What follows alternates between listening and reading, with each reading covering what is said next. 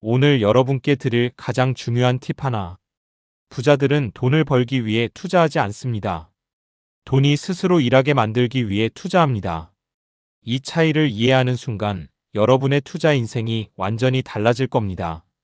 영상을 보시면서 여러분만의 투자 원칙이 있다면 댓글로 꼭 남겨주세요. 다른 분들께도 큰 도움이 될 겁니다. 그리고 이런 투자 지식을 놓치지 않으시려면 지금 바로 구독 버튼과 좋아요 버튼 눌러주시고 알림 설정까지 해두시면 새로운 영상이 올라올 때마다 가장 먼저 만나보실 수 있습니다. 여러분, 주식 투자로 돈을 잃어본 적 있으신가요?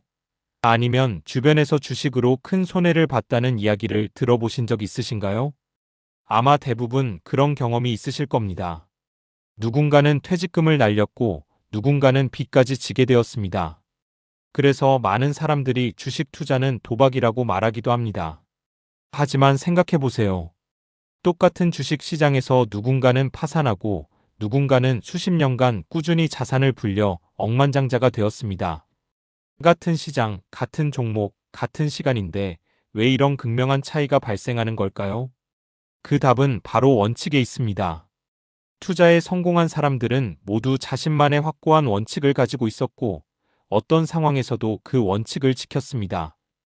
반면 실패한 사람들은 감정에 휘둘리고 남들의 말에 쉽게 흔들렸으며 일관된 원칙 없이 투자했습니다. 오늘 이 영상에서는 수십 년간 검증된 시간이 증명한 투자의 7가지 불변 원칙에 대해 이야기하겠습니다. 이 원칙들은 제가 만들어낸 것이 아닙니다. 역사상 가장 위대한 투자자들이 평생을 바쳐 실천하고 증명해온 것들입니다. 워런 버핏, 벤저민 그레이엄, 피터 린치. 이 전설적인 투자자들의 철학과 기법을 통해 우리가 배울 수 있는 불변의 원칙들을 함께 살펴보겠습니다. 먼저 가치 투자의 아버지라 불리는 벤저민 그레이엄에 대해 이야기해 보겠습니다. 그레이엄은 1894년 영국 런던에서 태어나 미국으로 이민 온 인물입니다. 그는 월스트리트에서 일하며 투자의 체계적인 방법론을 최초로 정립한 사람입니다. 그가 1949년에 출간한 현명한 투자자라는 책은 지금까지도 투자자들의 필독서로 손꼽힙니다. 그레이엄이 투자에 눈을 뜨게 된 계기는 역설적이게도 실패였습니다. 1929년 대공황 때 그는 거의 모든 재산을 잃었습니다. 당시 주식 시장은 폭락에 폭락을 거듭했고 많은 투자자들이 파산했습니다. 그레이엄 역시 예외가 아니었습니다. 하지만 그는 이스라린 경험을 통해 중요한 깨달음을 얻었습니다. 그가 깨달은 것은 바로 안전마진이라는 개념이었습니다. 안전마진이란 무엇일까요? 쉽게 설명하면 이렇습니다. 어떤 회사의 실제 가치가 10,000원이라고 판단되면 그 주식을 10,000원에 사는 것이 아니라 7,000원이나 6,000원에 사야 한다는 것입니다. 이 3,000원에서 4,000원의 차이가 바로 안전마진입니다. 왜 이것이 중요할까요? 우리가 아무리 열심히 분석해도 회사의 정확한 가치를 알 수는 없습니다. 우리의 판단이 틀릴 수도 있고 예상치 못한 악재가 발생할 수도 있습니다. 이때 안전마진이 우리를 보호해줍니다. 만약 우리가 실제 가치보다 충분히 낮은 가격의 주식을 샀다면 설령 우리의 판단이 조금 틀렸더라도 큰 손실을 피할 수 있습니다. 그레이엄은 또한 시장을 미스터 마켓이라는 가상의 인물에 비유했습니다. 미스터 마켓은 매일 여러분의 집 앞에 찾아와 주식을 사거나 팔겠다고 제안하는 사람입니다. 하지만 이 사람은 감정 기복이 매우 심합니다.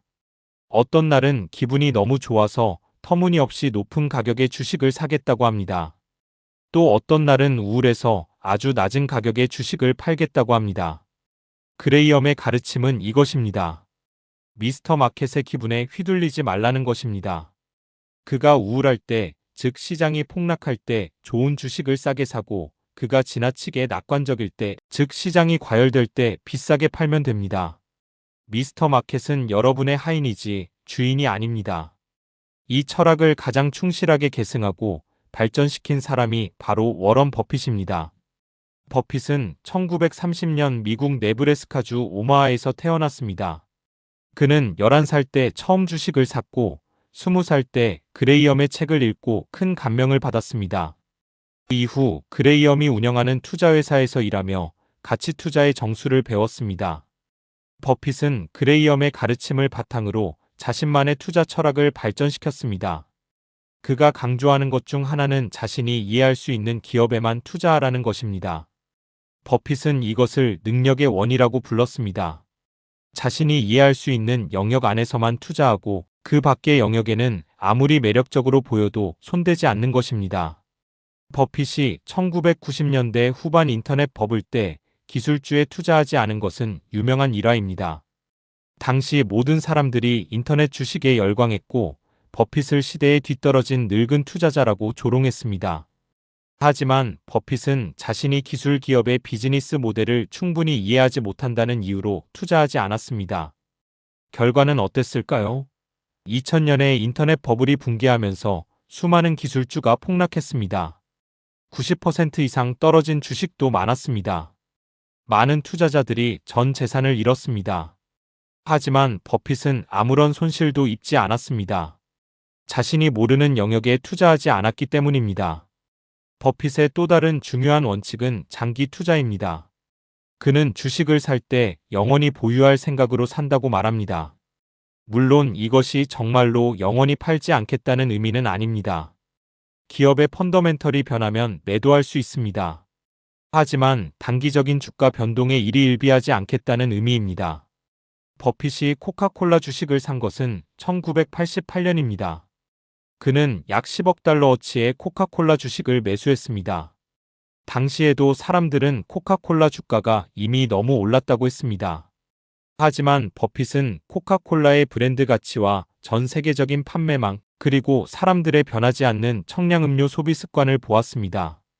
그로부터 30년이 넘는 세월이 흘렀습니다. 버핏은 여전히 코카콜라 주식을 보유하고 있습니다. 그 사이 수많은 경제 위기가 있었습니다. 1997년 아시아 금융위기, 2000년 인터넷 버블 붕괴, 2008년 글로벌 금융위기, 2020년 코로나 팬데믹. 하지만 버핏은 흔들리지 않았습니다. 그의 코카콜라 투자는 현재까지 20배 이상의 수익을 거두었고 매년 받는 배당금만 해도 처음 투자 원금의 50%가 넘습니다. 버핏은 복리의 힘을 누구보다 잘 이해하는 사람입니다. 그가 자주 인용하는 비유가 있습니다. 눈덩이를 굴릴 때 처음에는 작지만 젖은 눈 위에서 오래 굴리면 점점 커진다는 것입니다. 투자도 마찬가지입니다. 좋은 기업에 투자하고 오래 보유하면 복리 효과로 자산이 기하급수적으로 불어납니다. 실제로 버핏의 자산 대부분은 50세 이후에 만들어졌습니다. 그가 현재 보유한 자산의 99% 이상이 50세 생일 이후에 축적된 것입니다. 이것이 바로 복리의 힘입니다. 시간이 지날수록 수익이 수익을 낳고 그 수익이 다시 수익을 낳습니다. 처음에는 느리게 느껴지지만 시간이 갈수록 그 속도는 빨라집니다. 이제 또 다른 전설적인 투자자 피터 린치에 대해 이야기해 보겠습니다. 린치는 1944년에 태어나 1977년부터 1990년까지 피델리티의 마젤란 펀드를 운용했습니다. 그가 펀드를 운용한 13년 동안 연평균 수익률은 29%가 넘었습니다. 이것은 같은 기간 시장 평균 수익률의 2배가 넘는 놀라운 성과입니다. 린치의 투자 철학은 앞서 말한 두 사람과는 조금 다른 면이 있습니다. 그는 일반 개인 투자자도 월스트리트의 전문가들을 이길 수 있다고 믿었습니다. 어떻게 그것이 가능할까요? 린치의 대답은 간단합니다. 자신이 아는 것에 투자하라는 것입니다. 린치는 일상생활에서 투자 아이디어를 찾았습니다. 그의 아내가 레그스라는 스타킹 브랜드를 좋아한다고 했을 때 그는 그 회사를 조사하기 시작했습니다. 슈퍼마켓에서 진열대를 살펴보고 주변 여성들에게 어떤 스타킹을 쓰는지 물어보았습니다. 그리고 레그스가 정말 좋은 제품이고 인기가 많다는 것을 확인한 후 투자했습니다. 결과는 대성공이었습니다. 또 다른 예로 던킨 도너츠가 있습니다. 린치는 매일 아침 던킨 도너츠에서 커피를 마셨습니다. 가게가 항상 붐비는 것을 보았고 커피 맛도 좋았으며 가격도 합리적이었습니다. 그는 이 회사에 투자했고 큰 수익을 얻었습니다. 린치가 말하는 자신이 아는 것에 투자하라는 원칙은 버핏의 능력의 원과 맥락이 비슷합니다.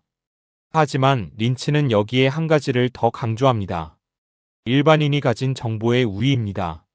월스트리트의 애널리스트가 어떤 회사를 분석하려면 보고서를 읽고 숫자를 검토하고 경영진을 만나야 합니다. 하지만 일반 소비자는 매일 그 회사의 제품을 사용하면서 직접 경험합니다. 예를 들어 여러분이 특정 브랜드의 운동화를 정말 좋아한다고 해봅시다. 주변 사람들도 같은 브랜드를 신고 있고 매장에 갈 때마다 사람들로 북적입니다. 이것은 매우 가치 있는 정보입니다. 물론 이것만으로 투자 결정을 내려서는 안 됩니다. 재무제표도 확인하고 경쟁 상황도 파악해야 합니다. 하지만 출발점으로서 일상의 관찰은 매우 유용합니다. 린치가 강조한 또 다른 중요한 점은 숙제를 하라는 것입니다. 좋은 제품을 발견했다고 바로 투자하면 안 됩니다. 그 회사의 재무 상태는 어떤지, 부채는 얼마나 있는지, 이익은 성장하고 있는지, 경쟁사 대비 우위가 있는지 등을 꼼꼼히 살펴봐야 합니다. 린치는 이렇게 말했습니다. 주식 뒤에는 기업이 있고 기업이 잘 되면 주식도 잘 된다. 너무나 당연한 말 같지만 많은 투자자들이 이것을 잊습니다. 차트만 보고 소문만 듣고 주가가 오르니까 따라 사는 경우가 너무 많습니다. 하지만 결국 주가를 결정하는 것은 기업의 실적입니다. 단기적으로는 시장의 분위기나 투자자들의 심리가 영향을 미칠 수 있지만 장기적으로는 기업의 이익이 주가를 결정합니다. 이제 3명의 위대한 투자자들의 철학을 바탕으로 시간이 증명한 7가지 불변 원칙을 정리해 보겠습니다. 첫 번째 원칙은 안전마진을 확보하라입니다. 그레이엄이 강조했듯이 아무리 좋은 기업이라도 비싸게 사면 손해를 볼 수 있습니다. 반대로 평범한 기업이라도 충분히 싸게 사면 돈을 벌 수 있습니다. 핵심은 기업의 내재 가치보다 충분히 낮은 가격에 사는 것입니다. 이 안전마진이 여러분의 판단 오류나 예상치 못한 악재로부터 보호해줍니다. 실제로 이것을 실천하려면 어떻게 해야 할까요? 먼저 기업의 가치를 추정하는 능력을 길러야 합니다. 완벽할 필요는 없습니다. 대략적인 범위만 파악해도 됩니다. 그리고 그 추정치보다 30%에서 50% 정도 낮은 가격에서만 매수합니다. 이렇게 하면 설령 여러분의 판단이 틀렸더라도 큰 손실을 피할 수 있습니다. 두 번째 원칙은 자신이 이해하는 것에만 투자하라입니다. 버핏의 능력의 원 개념입니다. 모든 것을 알 필요는 없습니다. 하지만 투자하려는 기업의 비즈니스 모델은 명확하게 이해해야 합니다. 이 회사가 어떻게 돈을 버는지, 경쟁 우위는 무엇인지, 미래 성장 동력은 무엇인지 설명할 수 있어야 합니다. 만약 5분 안에 이것을 설명할 수 없다면 그 기업에 투자해서는 안 됩니다. 암호화폐 열풍이 불 때 많은 사람들이 블록체인이 뭔지도 모르면서 투자했습니다. 인공지능 관련주가 뜰 때도 마찬가지였습니다. 인공지능이 정확히 어떻게 작동하는지, 이 회사의 인공지능 기술이 경쟁사 대비 어떤 우위가 있는지 모르면서 주가가 오르니까 따라 샀습니다. 이런 투자는 투자가 아니라 투기입니다. 세 번째 원칙은 장기적 관점을 유지하라입니다. 주식시장은 단기적으로는 투표 기계지만 장기적으로는 저울이라는 그레이엄의 말이 있습니다. 단기적으로는 투자자들의 감정과 분위기가 주가를 좌우하지만 장기적으로는 기업의 실제 가치가 주가에 반영된다는 뜻입니다. 버핏의 코카콜라 투자를 다시 생각해 보세요. 그가 코카콜라를 산 1988년 이후로 수많은 위기가 있었습니다. 주가가 반토막 나는 시기도 있었습니다. 하지만 버핏은 팔지 않았습니다. 코카콜라의 비즈니스가 근본적으로 변하지 않았기 때문입니다. 결과적으로 그는 수십 배의 수익을 올렸습니다. 장기 투자의 핵심은 인내입니다. 좋은 기업을 적정 가격에 샀다면 시간이 여러분 편입니다. 시간이 지날수록 복리 효과가 발생하고 기업의 성장이 주가에 반영됩니다. 반대로 자주 사고 팔면 거래 비용이 쌓이고 좋은 타이밍을 놓치기 쉽습니다. 네 번째 원칙은 시장의 소음에 흔들리지 말라입니다. 그레이엄의 미스터 마켓 비율을 기억하세요. 시장은 매일 새로운 가격을 제시합니다. 어떤 날은 공포에 빠져 주식을 헐값에 던지고 어떤 날은 탐욕에 사로잡혀 터무니없이 높은 가격에 사려 합니다. 여러분은 이 변덕스러운 미스터 마켓에 휘둘려서는 안 됩니다. 경제 뉴스를 보면 매일 무언가 큰일이 일어나는 것 같습니다. 금리가 올랐다. 인플레이션이 심해졌다. 전쟁이 날 수도 있다. 경기 침체가 온다. 이런 뉴스에 일일이 반응하면 마음이 편할 날이 없습니다. 그리고 감정적인 결정을 내리기 쉽습니다. 버핏은 이렇게 조언합니다. 10년간 주식 시장이 문을 닫아도 보유하고 싶은 주식을 사라. 이것은 단기적인 주가 변동에 연연하지 말고 기업의 본질적인 가치에 집중하라는 의미입니다. 좋은 기업을 보유하고 있다면 내일 주가가 어떻게 되든 다음 주에 어떤 뉴스가 나오든 크게 걱정할 필요가 없습니다. 다섯 번째 원칙은 분산 투자를 하되 과도하게 하지 말라입니다. 계란을 한 바구니에 담지 말라는 말은 투자에서 가장 많이 듣는 조언 중 하나입니다. 분산 투자는 분명 중요합니다. 한 기업에 모든 돈을 넣었다가 그 기업이 망하면 전 재산을 잃을 수 있기 때문입니다. 하지만 린치와 버핏은 과도한 분산 투자에 대해 경고합니다. 버핏은 분산 투자는 무지에 대한 방어일 뿐이라고 말했습니다. 자신이 무엇을 하고 있는지 안다면 분산 투자는 별 의미가 없다는 것입니다. 린치 역시 10개 종목 이상 보유하면 개별 종목에 대한 집중력이 떨어진다고 경고했습니다. 적정한 분산 투자는 어느 정도일까요? 개인마다 다르지만 일반적으로 5개에서 15개 정도의 종목이 적당합니다. 이 정도면 한 기업의 파산 위험을 줄이면서도 각 기업을 충분히 주시할 수 있습니다. 너무 많은 종목에 분산하면 시장 평균 수익률을 넘기 어렵고 관리도 힘들어집니다. 여섯 번째 원칙은 기업을 사라, 주식을 사지 말라입니다. 린치가 강조한 것처럼 주식 뒤에는 기업이 있습니다. 주식을 산다는 것은 그 기업의 일부를 소유하게 된다는 의미입니다. 따라서 주식을 살 때는 차트를 보는 것이 아니라 기업을 봐야 합니다. 좋은 기업이란 무엇일까요? 여러 가지 기준이 있겠지만 핵심은 이것입니다. 꾸준히 이익을 내고 그 이익이 성장하며 경쟁사가 쉽게 따라올 수 없는 우위를 가진 기업입니다. 버핏은 이런 경쟁 우위를 경제적 해자라고 불렀습니다. 중세시대 성주위에 파놓은 물길처럼 경쟁자들이 쉽게 넘어올 수 없는 방어벽이라는 의미입니다. 경제적 해자의 예로는 강력한 브랜드, 특허, 네트워크 효과, 규모의 경제 등이 있습니다. 코카콜라의 브랜드 파워, 비자와 마스터카드의 결제 네트워크, 마이크로소프트의 오피스 생태계 같은 것들이 경제적 해자입니다. 이런 우위를 가진 기업은 경쟁자들이 아무리 노력해도 쉽게 따라잡을 수 없습니다. 일곱 번째 원칙은 탐욕과 공포를 다스려라입니다. 버핏의 유명한 말이 있습니다. 다른 사람들이 탐욕적일 때 두려워하고 다른 사람들이 두려워할 때 탐욕적이어라. 이 말은 단순히 반대로 행동하라는 의미가 아닙니다. 군중 심리에 휩쓸리지 말고 냉정하게 가치를 판단하라는 의미입니다.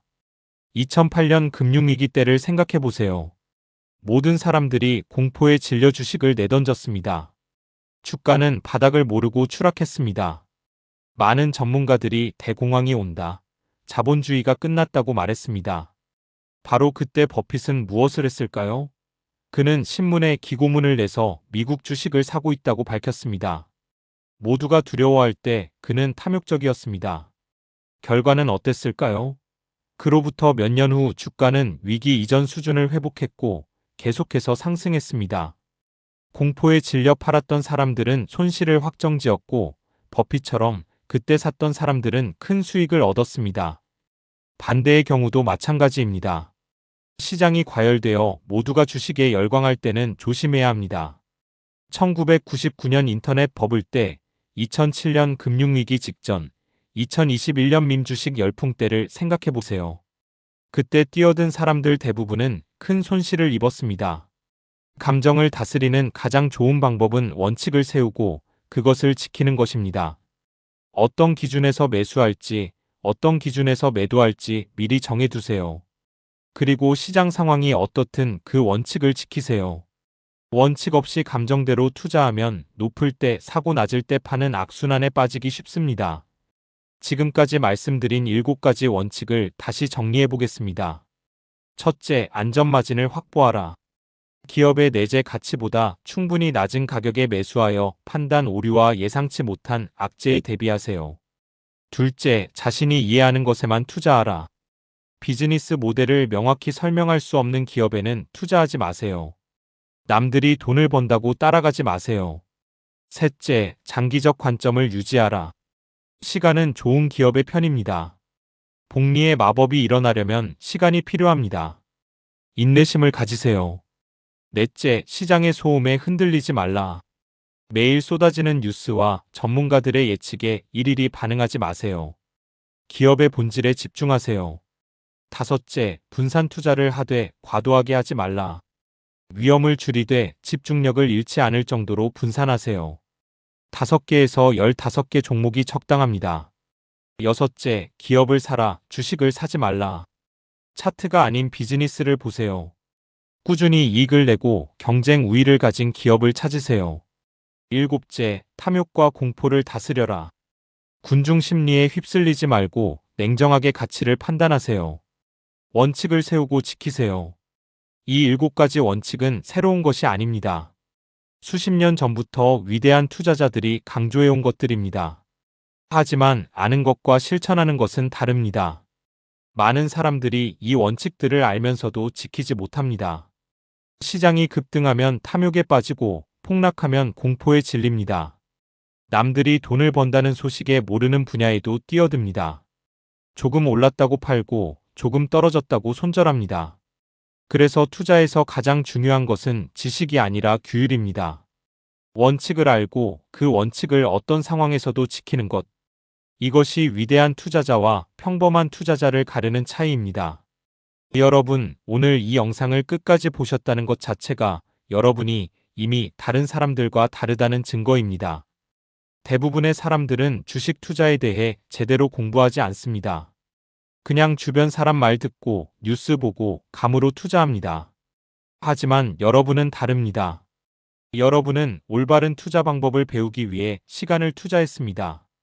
이것이 바로 부자가 되는 첫 번째 단계입니다. 지금 당장 엄청난 변화가 일어나지는 않을 겁니다. 하지만 오늘 배운 원칙들을 꾸준히 실천한다면 5년 후, 10년 후, 20년 후 여러분의 자산은 분명히 달라져 있을 겁니다. 복리의 힘을 믿으세요. 시간이 여러분 편입니다. 버핏도 그레이엄도 린치도 하루아침에 부자가 된 것이 아닙니다. 그들은 수십 년간 같은 원칙을 지키며 꾸준히 투자했습니다. 특별한 비법이 있었던 것이 아닙니다. 그냥 올바른 원칙을 알고 그것을 끈질기게 실천했을 뿐입니다. 여러분도 할 수 있습니다. 내일부터 바로 시작하세요. 오늘 배운 7가지 원칙을 종이에 적어서 눈에 잘 보이는 곳에 붙여두세요. 투자 결정을 내릴 때마다 그 원칙들을 점검하세요. 처음에는 어색할 수 있습니다. 하지만 습관이 되면 자연스러워집니다. 그리고 그 습관이 여러분의 재정적 미래를 바꿔놓을 겁니다. 여러분의 투자 여정을 응원합니다. 궁금한 점이 있으시면 언제든 댓글로 남겨주세요. 함께 배우고 성장해 나갑시다. 그리고 아직 구독과 좋아요를 안 누르셨다면 지금 바로 눌러주세요. 여러분의 작은 클릭 하나가 더 좋은 콘텐츠를 만드는 큰 힘이 됩니다. 알림 설정도 잊지 마시고요. 다음 영상에서 또 만나겠습니다. 감사합니다.